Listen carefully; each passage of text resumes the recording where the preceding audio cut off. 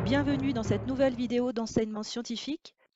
Le sujet d'aujourd'hui fait partie du thème 4, la Terre, un astre singulier, et traite de la forme de la Terre dans l'Antiquité. Alors, comme on le sait maintenant, la Terre est ronde. Mais qui le premier a décrété que la Terre était ronde? Est-ce Galilée au XVIe siècle? Et non!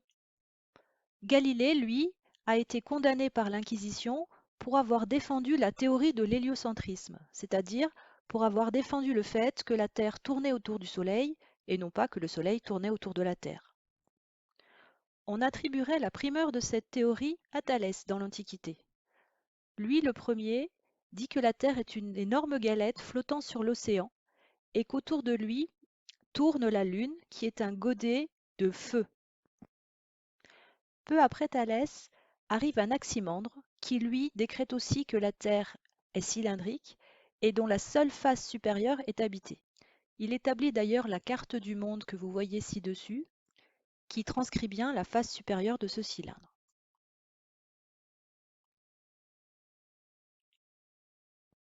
Puis les théories s'enchaînent. Parménide, peu après, qui prouve que la Terre est une sphère et qui dit qu'elle se trouve au centre d'un ciel entièrement sphérique. Et puis Platon, qui dit que la Terre aussi est une sphère, et lui arrive à le démontrer empiriquement par l'observation de la forme des éclipses de lune. Maintenant qu'il est acquis que la Terre est une sphère, reste à calculer les différents éléments de cette sphère. Le premier est Ératosthène, peu après Thalès et Platon, qui arrive à calculer le méridien de cette sphère. Ératosthène est un savant reconnu et il travaille à la bibliothèque d'Alexandrie. L'idée lui vient quand il entend l'histoire suivante. Le 21 juin, jour du solstice d'été, à Sienne, il n'y a aucune ombre pour que les habitants puissent se protéger. En revanche, à Alexandrie ce même jour, l'obélisque projette une ombre sur le sol. Son expérience va donc se baser sur la mesure de l'ombre de l'obélisque ou du gnomon, là l'histoire n'est pas d'accord, pour pouvoir mesurer le méridien de la Terre. Alors, comment a-t-il fait? Utilisons cette animation et plaçons-nous au solstice d'été. Regardons les rayons du soleil. Les rayons du soleil ici en jaune arrivent perpendiculairement au puits. Le puits étant placé à Sienne, on voit bien qu'il n'y aura aucune ombre ce 21 juin à Sienne. En revanche, à Alexandrie, qui est placé un petit peu plus haut au nord, les rayons ne sont pas perpendiculaires à l'obélisque. Il y aura donc une ombre de l'obélisque sur le sol. L'image vous montre de façon schématique ce que vous avez pu voir dans l'animation.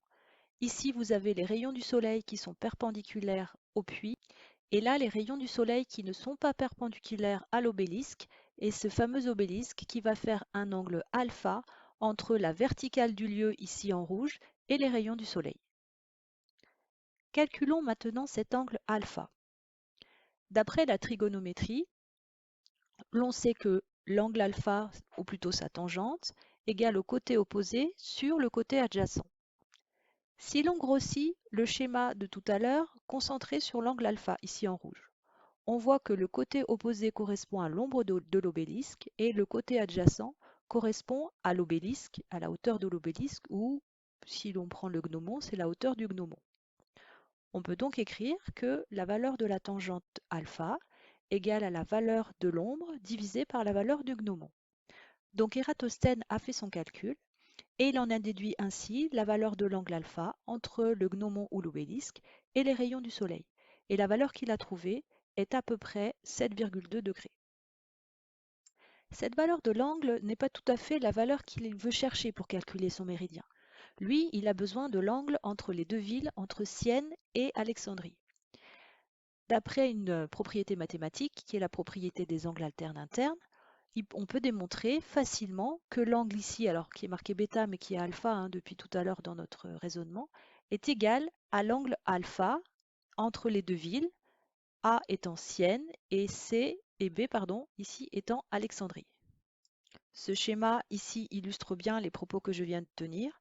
Donc on a bien le même angle ici entre Sienne et Alexandrie et entre l'obélisque et les rayons du soleil à Alexandrie. Pour terminer les calculs pour mesurer le méridien, il manque la distance entre Sienne et Alexandrie. La légende dit que cette distance aurait été mesurée en comptant le nombre de pas d'un chameau qui aurait parcouru Sienne à Alexandrie.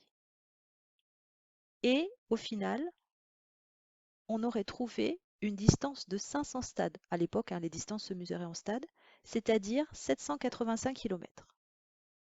Pour mesurer le méridien, il ne reste plus qu'à faire de la proportionnalité, c'est-à-dire que si pour un angle de 7,2 degrés, on mesure une longueur d'arc de 785 km, pour un angle de 360 degrés, c'est-à-dire pour une sphère, quelle est la valeur du périmètre? Par un petit calcul, on trouve que la valeur du coup de cette longueur d'arc, de ce méridien, est de 39 250 km. Un petit rappel de vocabulaire, le méridien étant un cercle fictif qui passe par les pôles et qui est perpendiculaire à l'équateur. Il reste maintenant un dernier calcul pour calculer le rayon de la Terre en utilisant la formule du périmètre, P égale 2π rayon de la Terre. De cette formule, on est déduit que le rayon de la Terre égale à périmètre sur 2π, d'où, avec les calculs d'Ératosthène, le rayon de la Terre vaut 6247 km. Sachant qu'actuellement la valeur du rayon de la Terre est 6378 km, l'erreur faite par Ératosthène est infime. Voilà, cette vidéo est maintenant terminée. J'espère qu'elle vous a permis d'y voir plus clair sur la méthode d'Ératosthène et sur sa façon de calculer le méridien terrestre.